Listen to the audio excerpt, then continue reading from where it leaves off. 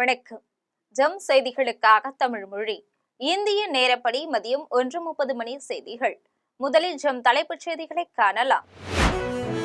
அதிமுக பொதுச் செயலாளர் எடப்பாடி பழனிசாமி ஒரு வாக்குறுதி அளித்தால் அது செயலில் நடக்கும். அதிமுக தொழில்நுட்ப பிரிவின் சமூக வலைதள பதிவு.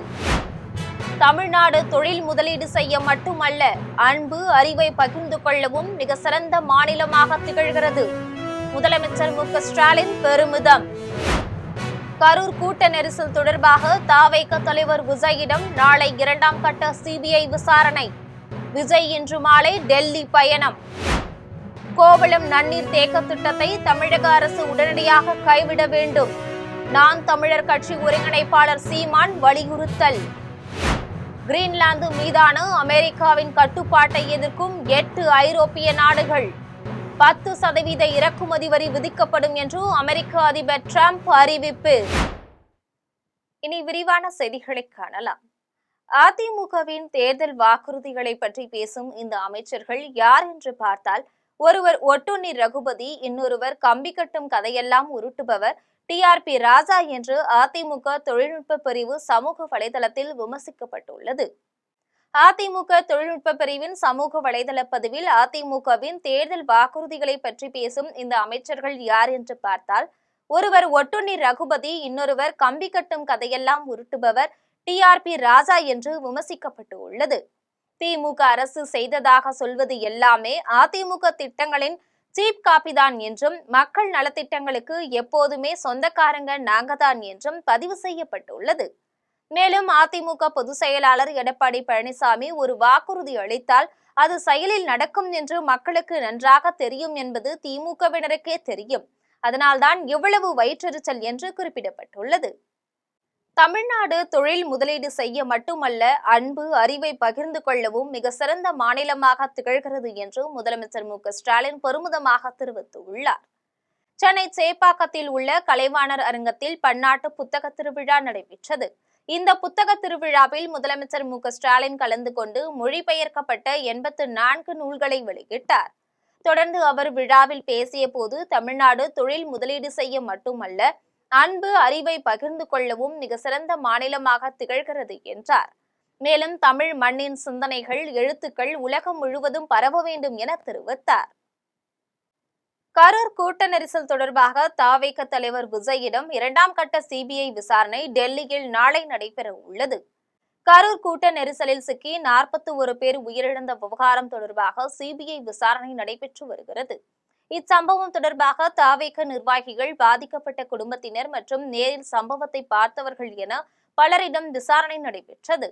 தொடர்ந்து கரூர் சம்பவம் தொடர்பாக கடந்த 12ஆம் தேதி டெல்லியில் உள்ள சிபிஐ அலுவலகத்தில் தவேக தலைவர் விஜய் ஆஜரானார். அப்போது அவரிடம் பல மணி நேரம் விசாரணை நடைபெற்றது. இதையடுத்து விஜயிடம் மேலும் விசாரணை நடத்த அதிகாரிகள் திட்டமிட்டிருந்த நிலையில் நாளை சிபிஐ விசாரணைக்காக விஜய் ஆஜராக உள்ளார். இதைத் தொடர்ந்து தமிழக வெற்றி கழக தலைவர் விஜய் இன்று மாலை டெல்லி புறப்பட்டு செல்வதாக தகவல் வெளியாகி உள்ளது. டெல்லியில் நட்சத்திர விடுதி ஒன்றில் விஜய் தங்க உள்ளதாகவும் கூறப்படுகின்றது. கோவளம் நன்னீர் தேக்க திட்டத்தை தமிழக அரசு உடனடியாக கைவிட வேண்டும் என நாம் தமிழர் கட்சி ஒருங்கிணைப்பாளர் சீமான் தெரிவித்துள்ளார். நாம் தமிழர் கட்சி ஒருங்கிணைப்பாளர் சீமான் தனது சமூக வலைதளத்தில் கோவளம் நன்னீர் தேக்கம் திட்டம் குறித்து கருத்து வெளியிட்டுள்ளார். இதில் கோவளம் நன்னீர் தேக்க திட்டத்தின் தொலைநோக்கு சிக்கல்களை கருத்தில் கொண்டு தமிழ்நாடு அரசு இத்திட்டத்தை உடனடியாக கைவிட வேண்டும் என்று வலியுறுத்தினார். வளர்ச்சி என்பது நிலத்தையும் வளத்தையும், மேலும் அந்த நிலத்தை சார்ந்து வாழும் மனிதர்களையும் உள்ளடக்கியது என்றார். 16 கிராம மீனவர்களின் வாழ்வாதாரத்தை பலி கொடுத்து உருவாக்கப்படும் இந்த நன்னீர் தேக்கம் சூழலியல் மீட்டுருவாக்கத்திற்கு பதிலாக அழிவுக்கே இட்டு செல்லும் என்று குறிப்பிட்டுள்ளார். கிரீன்லாந்து மீதான அமெரிக்காவின் கட்டுப்பாட்டை எதிர்க்கும் 8 ஐரோப்பிய நாடுகளுக்கு 10% இறக்குமதி வரி விதிக்கப்படும் என்று அமெரிக்க அதிபர் டிரம்ப் தெரிவித்துள்ளார்.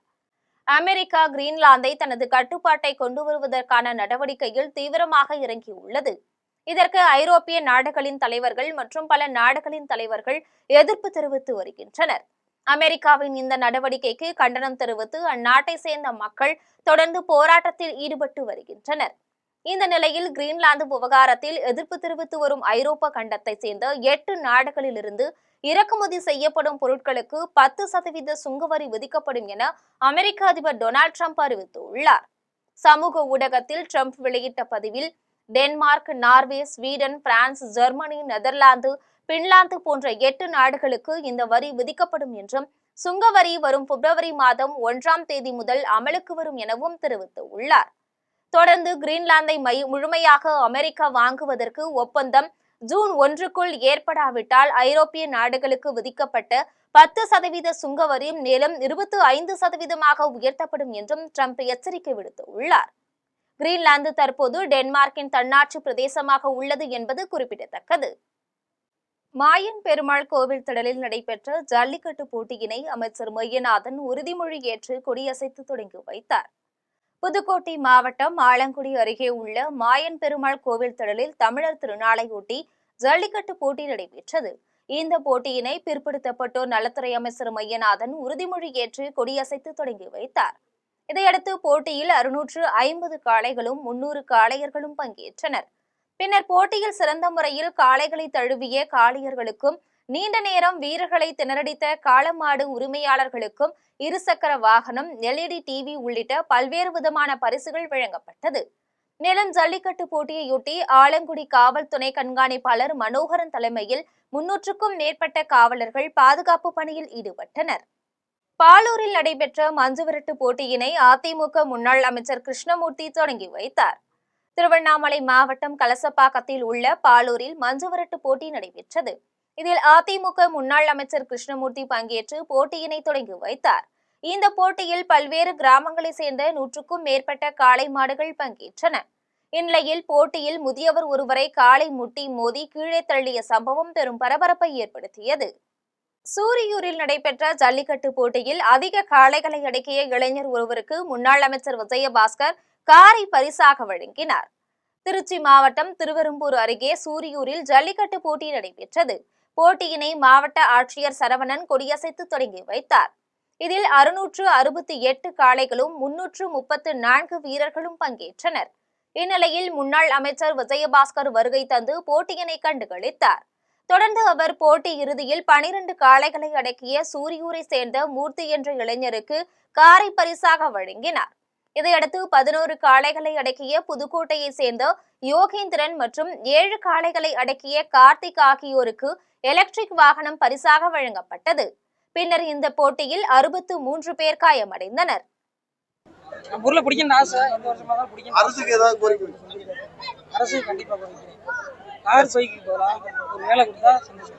இந்த மாடுபிடி எல்லாம் போன வருஷம் ஏதாவது மாடுபிடி எல்லாம் பிரைஸ் வாங்கிருக்கீங்களா? இல்ல, நீங்க ஆசைப்படுறீங்க. பிரைஸ் வாங்கிருக்கீங்களான்னு கேட்டேன். முன்னாடி நான் பிடிச்சிருக்கேன், அதிகமா பிடிப்பேன், ஆசைப்படுறேன். இன்றைக்கு எம்ஜிஆரை தவிர்த்து யாரும் அரசியல் செய்ய முடியாது என்றும், எம்ஜிஆரை சுற்றிதான் இன்றைக்கு தமிழக அரசியல் களம் சுழன்று கொண்டிருக்கிறது என்றும் அதிமுக முன்னாள் அமைச்சர் செல்லூர் ராஜு தெரிவித்துள்ளார். தூத்துக்குடி மாவட்டம் கோவில்பட்டியில் மறைந்த முன்னாள் முதல்வர் எம்ஜிஆரின் 109வது பிறந்த நாளையொட்டி அவரது உருவ சிலைக்கு அதிமுக முன்னாள் அமைச்சர் செல்லூர் ராஜு மாலை அணிவித்து மரியாதை செலுத்தினார். தொடர்ந்து அவர் இனாம் மணியாட்சி பேருந்து நிறுத்தம் அருகில் நடைபெற்ற நிகழ்ச்சியில் கலந்து கொண்டு பொதுமக்களுக்கு நலத்திட்ட உதவிகளை வழங்கி அன்னதானத்தை தொடங்கி வைத்தார். இதையடுத்து அவர் பேசிய போது, இன்றைக்கு எம்ஜிஆரை தவிர்த்து யாரும் அரசியல் செய்ய முடியாது என்றும், எம்ஜிஆரை சுற்றிதான் இன்றைக்கு தமிழக அரசியல் களம் சுழன்று கொண்டிருக்கின்றது என்றும் கூறினார். மேலும் 2026 சட்டமன்ற தேர்தலில் சுழன்று கொண்டிருக்கும் காற்று சூறாவளியாக மாறி விடியா அரசை தூக்கிவிட்டு அதிமுக ஆட்சி மலரும் என தெரிவித்தார். கரூரில் பொங்கல் திருநாளையொட்டி நடைபெற்ற விளையாட்டுப் போட்டியை முன்னாள் அமைச்சர் விஜயபாஸ்கர் தொடங்கி வைத்து பரிசுகளை வழங்கினார். கரூர் மாவட்டம் பெரியார் நகரில் நடைபெற்ற பொங்கல் விழாவில் அதிமுக முன்னாள் அமைச்சர் விஜயபாஸ்கர் பங்கேற்று பொங்கல் வைத்து வழிபாடு செய்தார். தொடர்ந்து விளையாட்டுப் போட்டியை தொடங்கி வைத்து வெற்றி பெற்றவர்களுக்கு பரிசுகளை வழங்கினார். இதையடுத்து அவர் மாட்டு வண்டியை ஓட்டி ஊர்வலமாக வந்தார். இந்நிகழ்வில் பொதுமக்கள், கட்சி நிர்வாகிகள் ஆகியோர் கலந்து கொண்டனர். மன்னார்குடியில் மறைந்த முன்னாள் முதல்வர்கள் எம்ஜிஆர், ஜெயலலிதா ஆகியோரின் உருவ சிலைக்கு அதிமுக முன்னாள் அமைச்சர் காமராஜ் மாலை அணிவித்து மரியாதை செலுத்தினார். திருவாரூர் மாவட்டம் மன்னார்குடி அருகே கோபாலசமுத்திரம் கீழ வீதியில் எம்ஜிஆரின் பிறந்தநாளையொட்டி அவரது உருவ சிலைக்கும் முன்னாள் முதல்வர் ஜெயலலிதா உருவ சிலைக்கும் அதிமுக முன்னாள் அமைச்சர் காமராஜ் மாலை அணிவித்து மரியாதை செலுத்தினார். தொடர்ந்து பொதுமக்களுக்கு இனிப்புகளை வழங்கினார். இந்நிகழ்வில் மாவட்ட அம்மா பேரவை செயலாளர் பொன்வாசுகிராம், நகர செயலாளர் குமார், ஒன்றிய செயலாளர்கள் தமிழ்ச்செல்வம், தமிழ்கண்ணன் ஆகியோர் கலந்து கொண்டனர். கரூரில் முன்னாள் முதல்வர்கள் பேரறிஞர் அண்ணா, எம்ஜிஆர், ஜெயலலிதா ஆகியோரின் உருவ சிலைகளுக்கு அதிமுக முன்னாள் அமைச்சர் விஜயபாஸ்கர் மாலை அணிவித்து மலர் தூவி மரியாதை செலுத்தினார். கரூர் மாவட்டம் கலங்கரை விளக்கம் பகுதியில் எம்ஜிஆரின் 109வது பிறந்த நாளையொட்டி அவரது உருவ சிலைக்கும் பேரறிஞர் அண்ணா, ஜெயலலிதா ஆகியோர் உருவ சிலைகளுக்கும் அதிமுக முன்னாள் அமைச்சர் விஜயபாஸ்கர் மாலை அணிவித்து மரியாதை செலுத்தினார். தொடர்ந்து அவர் பொதுமக்களுக்கு இனிப்புகளும் அன்னதானமும் வழங்கினார். இதில் மாவட்ட அளவிலான பல்வேறு அணிகளை சேர்ந்த அதிமுக நிர்வாகிகள், பொதுமக்கள் ஆகியோர் கலந்து கொண்டனர். ஆவடியில் மறைந்த முன்னாள் முதல்வர் எம்ஜிஆரின் பிறந்தநாளையொட்டி முன்னாள் அமைச்சர் அப்துல் ரஹீம் பொதுமக்களுக்கு அன்னதானம் வழங்கினார். திருவள்ளூர் மாவட்டம் ஆவடியில் எம்ஜிஆரின் 109வது பிறந்த நாளையொட்டி அவரது உருவப்படத்திற்கு வடக்கு பகுதி செயலாளர் ஹேமநாத் தலைமையில் முன்னாள் அமைச்சர் அப்துல் ரஹீம் மாலை அணிவித்து மரியாதை செலுத்தினார். தொடர்ந்து அவர் ஏராளமான பொதுமக்களுக்கு அன்னதானம் வழங்கினார். இந்நிகழ்வில் அதிமுக அமைப்பு செயலாளர் ஸ்ரீனிவாசன் உள்ளிட்ட அதிமுகவினர் பலர் கலந்து கொண்டனர். ஜெம் செய்திகள் தொடர்கின்றன. புதுச்சேரி முதலமைச்சர் ரங்கசாமியை சமூக சேவகர் விக்கி, பிரபல நடிகர் ஸ்ரீகாந்த் ஆகியோர் மரியாதை நிமித்தமாக சந்தித்து பொங்கல் வாழ்த்துக்களை தெரிவித்தனர். புதுச்சேரி மாநிலம் கோரிமேட்டில் உள்ள அப்பா பைத்திய சுவாமி கோவிலில் முதலமைச்சர் ரங்கசாமியை சமூக சேவகர் விக்கி மற்றும் பிரபல நடிகர் ஸ்ரீநாத் ஆகியோர் சந்தித்தனர். தொடர்ந்து கோவிலில் நடைபெற்ற சிறப்பு பூஜையில் கலந்து கொண்டனர்.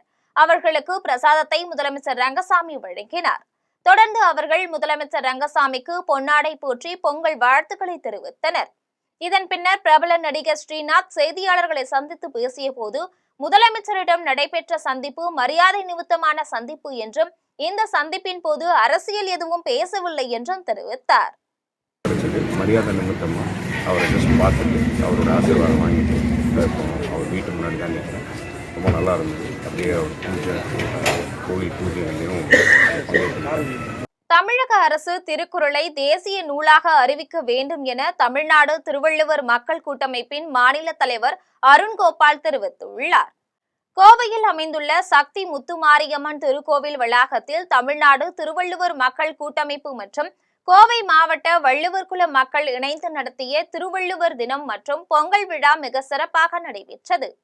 இதில் ஜோதிடர் முருகானந்தம் வெள்ளிங்கிரி தலைமை வகித்தார். இந்நிகழ்ச்சியில் சிறப்பு விருந்தினராக புலவர் ஐயாசாமி கலந்து கொண்டு திருவள்ளுவர் உருவப்படத்திற்கு சிறப்பு பூஜைகள் செய்து வழிபாடு நடத்தினார். தொடர்ந்து பொதுமக்கள் முன்னிலையில் பொங்கல் வைத்து திருவள்ளுவருக்கு படையலிட்டு பூஜைகள் செய்து வழிபட்டனர். மேலும் இதுகுறித்து தமிழ்நாடு திருவள்ளுவர் மக்கள் கூட்டமைப்பின் மாநில தலைவர் அருண்கோபால் செய்தியாளர்களிடம் பேசிய போது, தமிழக அரசு திருக்குறளை தேசிய நூலாக அறிவிக்க வேண்டும் என்றும், கோவை காந்தி பார்க் பகுதியில் ஐயன் திருவள்ளுவருக்கு ஒரு சிலை அமைக்க வேண்டும் என்றும் கோரிக்கை விடுத்தார். இந்நிகழ்ச்சியில் கார்த்திகேயன், சிவகுமார், நிர்வாகிகள் இளங்கோ, கிருஷ்ணகுமார் உள்ளிட்ட பலர் கலந்து கொண்டனர். தமிழகம் முழுவதும் தெய்வப்புலவர் திருவள்ளுவருக்கு இன்று அனைத்து இடங்களிலும் சிறப்பு பூஜைகளும் வழிபாடும் செய்து தமிழ் மக்கள் அனைவரும், தமிழ் புலவர்கள் அனைவரும் வணங்கி வருகிறார்கள். அந்த வேளையிலே கோவை மாவட்டத்தில் உள்ள வள்ளுவர்குடி பெருமக்களும் தமிழ்நாடு திருவள்ளுவர் மக்கள் கூட்டமைப்பும் இந்த தெய்வப்புலவர் திருவள்ளுவர் தின விழாவை இன்று இங்கு நடத்தி வருகிறோம். காலாப்பட்டு மத்திய சிறையில் பொங்கல் கொண்டாட்டம் நடைபெற்றது. புதுச்சேரி மாநிலம் காலாப்பட்டு மத்திய சிறையில் சிறைத்துறை நிர்வாகம் சார்பில் தைப்பொங்கல் கொண்டாட்டம் நடைபெற்றது. இதில் தண்டனை மற்றும் விசாரணை ஆண் பெண் கைதிகள் பொங்கலிட்டு கொண்டாடினர். தொடர்ந்து கைதிகள் நடனம், யோகா மற்றும் சிலம்பம், உரியடி, வாத்து பிடித்தல், கரும்பு தின்னுதல் உள்ளிட்ட பல்வேறு போட்டிகளில் கலந்து கொண்டு தங்களது திறமைகளை வெளிப்படுத்தினர். போட்டிகளில் வெற்றி பெற்ற கைதிகளுக்கு சிறைத்துறை காவல்துறை தலைவர் சிவராஜ் மீனா, தலைமை கண்காணிப்பாளர் வெங்கடேசன் மற்றும் சிறைத்துறை கண்காணிப்பாளர் பாஸ்கரன் ஆகியோர் சான்றிதழ் மற்றும் பரிசுகளை வழங்கினர். இந்நிகழ்வில் வில்லியனூர் நாட்டிய சாஸ்திராலய குருக்கள் உமா மற்றும் மாதவி ஆகியோர் தலைமையில் நிகழ்ச்சிகள் நடைபெற்றது. காரைக்காலில் நடைபெறுகிற கார்னிவல் திருவிழாவில் பின்னணி பாடகி ஸ்வேதா மோகனின் இசை நிகழ்ச்சியை காண பல்வேறு மாவட்டங்களிலிருந்து சுற்றுலா பயணிகள் வருகை தந்து கண்டு ரசித்தனர். காரைக்கால் மாவட்டத்தில் பொங்கல் திருநாளையொட்டி கார்னிவல் திருவிழா நடைபெறுகிறது. இந்த விழாவில் அமைச்சர்கள், சட்டமன்ற உறுப்பினர்கள், சபாநாயகர் செல்வம் ஆகியோர் பங்கேற்று தொடங்கி வைத்தனர். தொடர்ந்து விழாவில் பின்னணி பாடகி ஸ்வேதா மோகனின் இசை நிகழ்ச்சி நடைபெற்றது. இதனை காண பல்வேறு மாவட்டங்களிலிருந்து ஏராளமான சுற்றுலா பயணிகள் வருகை தந்து இசை நிகழ்ச்சியை கண்டு ரசித்தனர். இதையொட்டி 300க்கும் மேற்பட்ட காவல்துறையினர் பல்வேறு பகுதிகளில் பாதுகாப்பு பணியில் ஈடுபட்டனர்.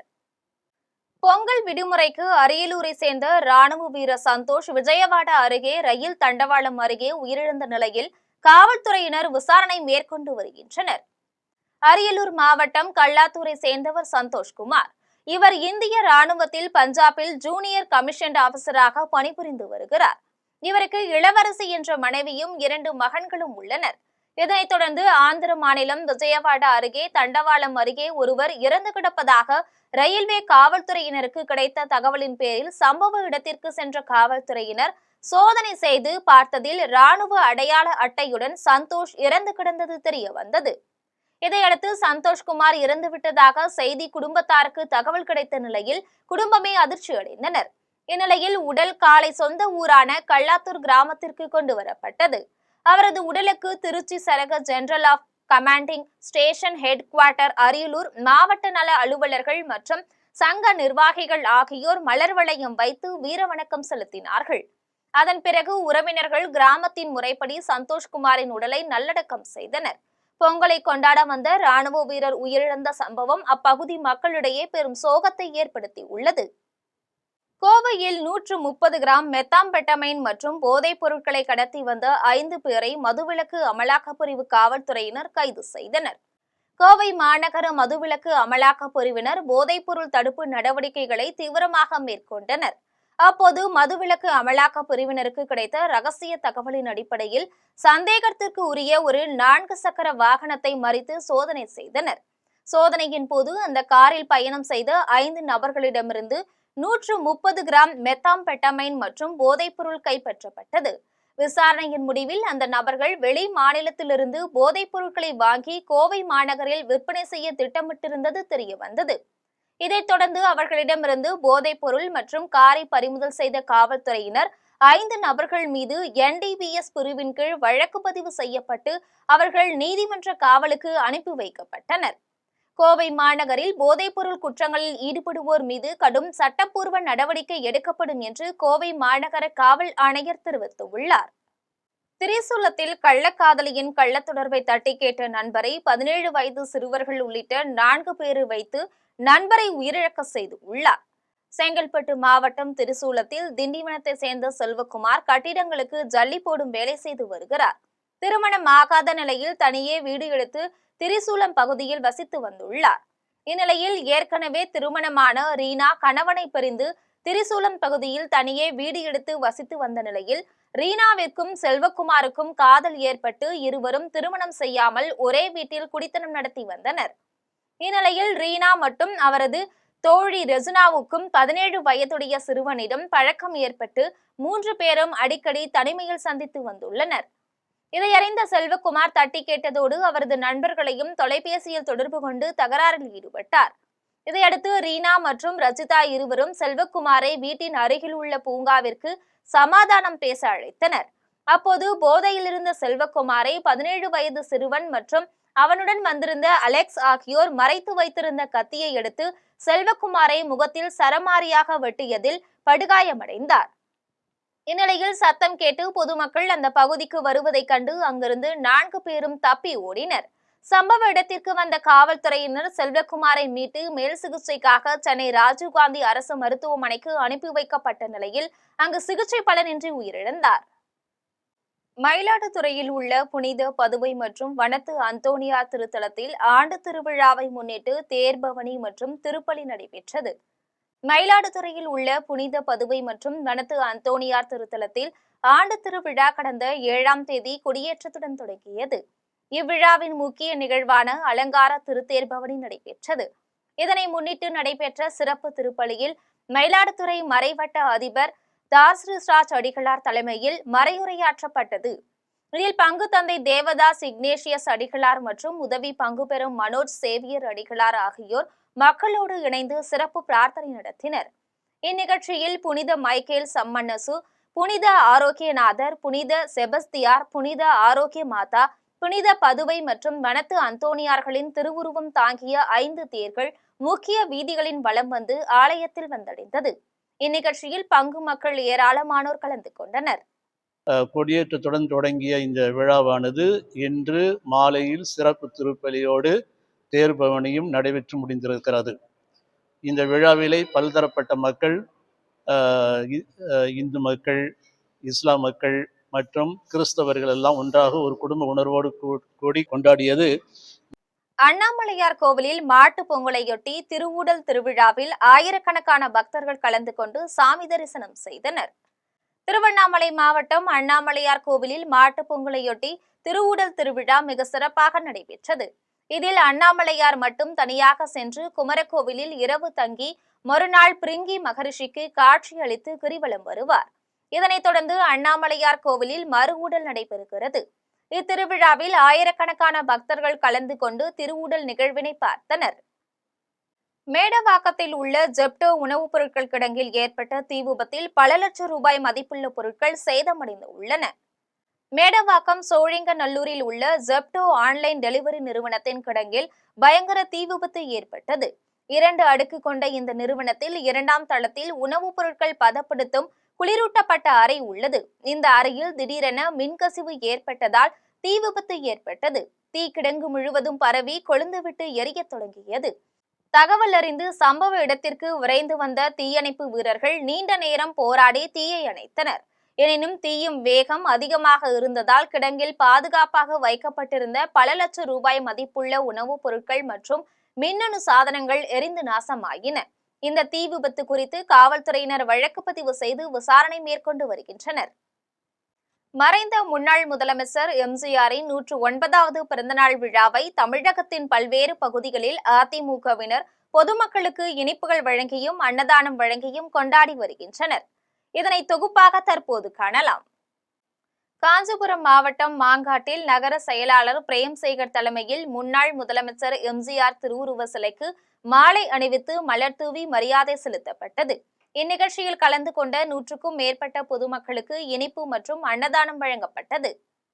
புதுக்கோட்டை மாவட்டம் திருமயம் அதிமுக ஒன்றிய அலுவலகத்தில் முன்னாள் சட்டமன்ற உறுப்பினர் வைரமுத்து தலைமையில் எம்ஜிஆரின் திருவுருவ படத்திற்கு மலர் தூவி மரியாதை செலுத்தப்பட்டது. இந்த நிகழ்ச்சியின் போது பொதுமக்களுக்கு நலத்திட்ட உதவிகள் மற்றும் அன்னதானம் வழங்கப்பட்டது. சேலம் மாவட்டம் சங்ககிரியில் முன்னாள் முதல்வர் எம்ஜிஆரின் பிறந்தநாளையொட்டி அதிமுக ஒன்றிய செயலாளர் ரத்தினம் தலைமையில் அவரது உருவப்படத்திற்கு மாலை அணிவித்து மலர் தூவி மரியாதை செலுத்தப்பட்டது. தொடர்ந்து பொதுமக்களுக்கு இனிப்புகள் வழங்கப்பட்டது. இதில் சேலம் மாவட்ட கட்டுமான தொழிற்சங்க துணை செயலாளர் பொன்னையன், RBMS சேகரன் மற்றும் பலர் கலந்து கொண்டனர்.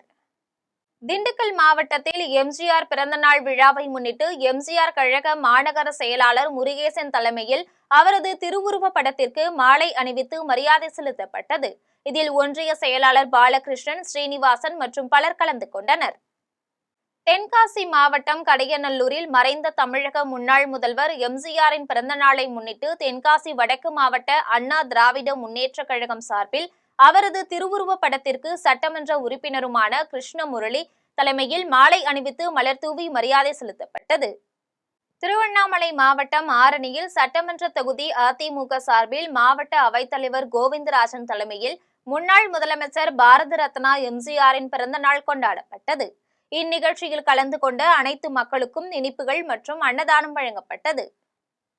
புரட்சி தலைவர் எம்ஜிஆரின் பிறந்தநாளை முன்னிட்டு ஆண்டிப்பட்டி வைகை சாலையில் உள்ள அவரது திருவுருவ சிலைக்கு அதிமுகவினர் சார்பில் ஆண்டிப்பட்டி மேற்கு ஒன்றிய செயலாளர் லோகிராஜன், கிழக்கு ஒன்றிய செயலாளர் வரதராஜன் மற்றும் முன்னாள் சட்டமன்ற உறுப்பினர் தவசி ஆகியோர் தலைமையில் மாலை அணிவித்து மலர் தூவி மரியாதை செலுத்தப்பட்டது. கடலூர் மாவட்டம் பன்ருட்டியில் மறைந்த முன்னாள் முதலமைச்சர் எம்ஜிஆரின் பிறந்த நாளை முன்னிட்டு அவரது திருவுருவ படத்திற்கு முன்னாள் நகர்மன்ற தலைவர் பன்னீர்செல்வம் தலைமையில் மாலை அணிவித்து மரியாதை செலுத்தப்பட்டது. தொடர்ந்து வரும் சட்டமன்ற தேர்தலில் பொதுச் செயலாளர் எடப்பாடி பழனிசாமி தலைமையில் ஆட்சி அமைப்போம் என்று உறுதிமொழி ஏற்பு நிகழ்ச்சியும் நடைபெற்றது. கடலூர் மாவட்டம் நெய்வேலியில் அதிமுக தெற்கு மாவட்டம் சார்பில் முன்னாள் முதல்வர் எம்ஜிஆரின் பிறந்தநாள் விழா அதிமுக தெற்கு மாவட்ட செயலாளர் சரத்தூர் ராஜேந்திரன் தலைமையில் நடைபெற்றது. இதில் கடலூர் மேற்கு மாவட்ட செயலாளர் அருண்மொழி தேவன், மாநில அண்ணா தொழிற்சங்க பேரவை செயலாளர் கமலக்கண்ணன் மற்றும் பலர் கலந்து கொண்டனர். எம்ஜிஆரின் பிறந்த நாளை முன்னிட்டு அனைத்திந்திய அண்ணா திராவிட முன்னேற்ற கழகம் வடசென்னை தெற்கு மாவட்டம் சார்பில் 71வது வடக்கு வட்ட கழக செயலாளர் பெரம்பூர் ரஃபி, திருவிக நகர் வடக்கு பகுதி செயலாளர் முகுந்தன், திருவிக நகர் தெற்கு பகுதி கழக செயலாளர் பரமகுரு ஆகியோர் தலைமையில் ஏழை எளிய மக்களுக்கு நலத்திட்ட உதவிகள் மற்றும் அன்னதானம் வழங்கப்பட்டது. விருதுநகர் மாவட்டம் அருப்புக்கோட்டையில் தமிழக வெற்றி கழகம் சார்பில் மறைந்த முன்னாள் தமிழக முதல்வர் எம்ஜிஆர் 109வது பிறந்த நாளை போற்றும் விதமாக 109 பொங்கல் வைத்து பொங்கல் விழா கொண்டாடப்பட்டது. இதில் சிறப்பு விருந்தினராக கலந்து கொண்ட பிருத்விராஜ் கலைஞர் நகரை சேர்ந்த கல்வி கட்டணம் செலுத்த முடியாத 2 பள்ளி மாணவர்களுக்கு 4000 ரூபாயை நன்கொடையாக வழங்கினார். காஞ்சிபுரம் மாவட்டம் உத்திரமேரூரில் எம்ஜிஆரின் 109வது பிறந்த நாளையொட்டி அவரது உருவப்படத்திற்கு அதிமுக ஒன்றிய செயலாளர் தங்க பஞ்சாட்சரம், வர்த்தக அணி ஒன்றிய செயலாளர் புருஷோத்தமன் ஆகியோர் மலர் தூவி மரியாதை செலுத்தினர். தொடர்ந்து பொதுமக்களுக்கு இனிப்புகள் வழங்கப்பட்டது. இதில் முன்னாள் ஊராட்சி மன்ற தலைவர் டில்லிட ஒன்றிய கவுன்சிலர் ராமச்சந்திரன் ஆகியோர் உடனிருந்தனர். இனி வருவது திரையுலக செய்தி. நடிகர் விஜய் சேதுபதி மற்றும் சமூக ஆர்வலர் வீரராகவன் ஆகியோர் இணைந்து புதுச்சேரியில் தனியார் வேலைவாய்ப்பு சேவையை தொடங்கி வைத்தனர். நடிகர் விஜய் சேதுபதி மற்றும் சமூக ஆர்வலர் வீரராகவன் ஆகியோர் இணைந்து புதுச்சேரியில் தனியார் வேலைவாய்ப்பு சேவை இயக்கத்தை தொடங்கி வைத்தனர். மத்திய அரசு பள்ளி ஆசிரியராக பணியாற்றி வந்த வீரராகவனை தொலைக்காட்சி நிகழ்ச்சியில் சந்தித்த விஜய் சேதுபதி அவர் பணியை கண்டு வியந்தார். மேலும் இது தொடர்பாக உதவி செய்வதாக வாக்குறுதி அளித்தார். அதன்படி தற்போது இந்த இயக்கம் ஒரு முழுமையான அலுவலகமாக செயல்பட விஜய் சேதுபதி பெரும் நிதி உதவி வழங்கினார். அங்கு பணிபுரியும் பணியாளர்கள் மற்றும் வீரராகவன் ஆகியோருக்கான மாதாந்திர சம்பளத்தை தனது சொந்த பணத்திலிருந்து விஜய் சேதுபதியே வழங்கி வருகிறார். இனி வருவது உலகச் செய்தி.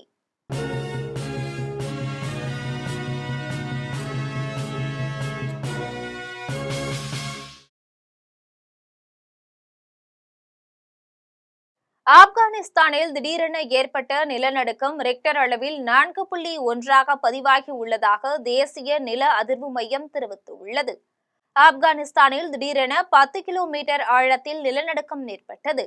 இந்த நிலநடுக்கம் 33.74 டிகிரி வடக்கு அட்சரேகையிலும் 65.70 டிகிரி கிழக்கு தீர்க்கரேகையிலும் இருக்கும் என தீர்மானிக்கப்பட்டது. தொடர்ந்து ரிக்டர் அளவில் 4.1 பதிவாகி உள்ளதாக தேசிய நில அதிர்வு மையம் தெரிவித்தது.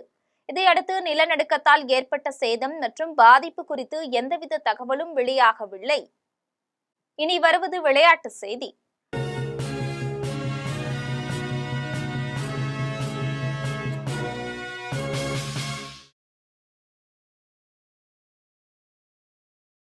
மகளிர் பிரீமியர் லீக் 20 ஓவர் கிரிக்கெட் போட்டியில் டெல்லியை எளிதில் வீழ்த்தி பெங்களூரு அணி அபார வெற்றி பெற்றுள்ளது. நவி மும்பையில் மகளிர் பிரீமியர் லீக் 20 ஓவர் கிரிக்கெட் போட்டியின் 11வது லீக் ஆட்டத்தில் பெங்களூரு டெல்லி அணிகள் மோதின. இதில் பெங்களூரு அணி டாஸ் வென்று பந்து வீச்சை தேர்வு செய்தது. இதன்படி முதலில் பேட்டிங் செய்த டெல்லி அணி 20 ஓவர்களில் 166 ரன்களுக்கு ஆல் அவுட் ஆனது. இதில் மிகவும் சிறப்பாக அதிரடியாக விளையாடிய ஷபாலி வர்மா 62 ரன்களை எடுத்தார். இதையடுத்து 167 ரன்கள் மட்டும் எடுத்தால் வெற்றி என்ற இலக்குடன் களமிறங்கிய பெங்களூரு அணி 18 ஓவர்களில் 169 ரன்கள் எடுத்து அபார வெற்றி பெற்றது. போட்டியில் அணியின் கேப்டன் ஸ்மிருதி மந்தனா அதிரடியாக விளையாடி 96 ரன்னில் ஆட்டமிழந்தார். மீண்டும் தலைப்புச் செய்திகள். அதிமுக பொதுச் செயலாளர் எடப்பாடி பழனிசாமி ஒரு வாக்குறுதி அளித்தால் அது செயலில் நடக்கும். அதிமுக தொழில்நுட்ப பிரிவின் சமூக வலைதள பதிவு. தமிழ்நாடு தொழில் முதலீடு செய்ய மட்டுமல்ல, அன்பு அறிவை பகிர்ந்து கொள்ளவும் மிக சிறந்த மாநிலமாக திகழ்கிறது. முதலமைச்சர் மு.க.ஸ்டாலின் பெருமிதம்.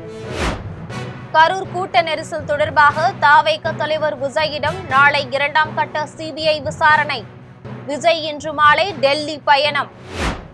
கோவளம் நன்னீர் தேக்க திட்டத்தை தமிழக அரசு உடனடியாக கைவிட வேண்டும். நான் தமிழர் கட்சி ஒருங்கிணைப்பாளர் சீமான் வலியுறுத்தல்.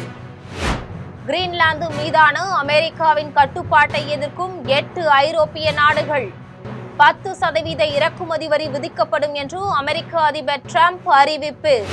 இத்துடன் ஜெம் செய்திகள் நிறைவடைகின்றன. மீண்டும் ஜெம் செய்திகள் மாலை 6 மணிக்கு. உடனுக்குடன் செய்திகளை காண gemlive.tv என்ற இணையதளத்தில் இணைந்திருங்கள். நன்றி, வணக்கம்.